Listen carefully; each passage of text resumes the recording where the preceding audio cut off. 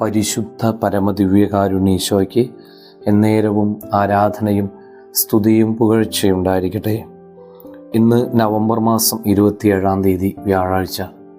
പുതിയൊരു പ്രഭാതത്തിലേക്ക് ഞങ്ങൾ ഉണർത്തുന്ന വലിയ കാരുണ്യമേ, അങ്ങേക്കൊരായിരം നന്ദി. പൂർണ്ണമായിട്ടും അവിടുത്തെ കരങ്ങളിലേക്ക് ഞങ്ങളെ തന്നെ ഏൽപ്പിച്ചു തന്നുകൊണ്ട് ഈ ദിവസം ആരംഭിക്കട്ടെ. ഒപ്പമുണ്ടായിരിക്കണമേ തമ്പുരാനെ.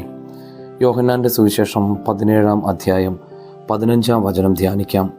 ലോകത്തിൽ നിന്ന് അവരെ അവിടുന്ന് എടുക്കണം എന്നല്ല, ദുഷ്ടനിൽ നിന്നും അവരെ കാത്തുകൊള്ളണം എന്നാണ് ഞാൻ പ്രാർത്ഥിക്കുന്നത്. ശിഷ്യന്മാർക്ക് വേണ്ടിയുള്ള യേശുവിൻ്റെ പ്രാർത്ഥനയുടെ പശ്ചാത്തലമാണ് ഇന്നത്തെ വചനത്തിന്. ചുറ്റും തിന്മകൾ നിറഞ്ഞു നിൽക്കുന്ന ഒരു ലോകത്തിലാണ് നാം ജീവിക്കുന്നത്. അതിനോട് അനുരൂപപ്പെട്ട് ജീവിക്കാനാണ് നമുക്ക് ഏറ്റവും എളുപ്പം. പക്ഷേ ആത്മാവ് നഷ്ടപ്പെടും. ജീവനുള്ളവ ഒഴുക്കിനെതിരെ നീന്തുന്നത് പോലെ ക്രിസ്തു ശിഷ്യർ ലോകത്തിൻ്റെ ഗതിക്കെതിരെ നീന്തേണ്ടവരാണ്.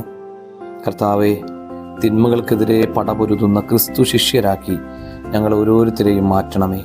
എല്ലാവർക്കും നല്ല ദിവസം ആശംസിക്കുന്നു.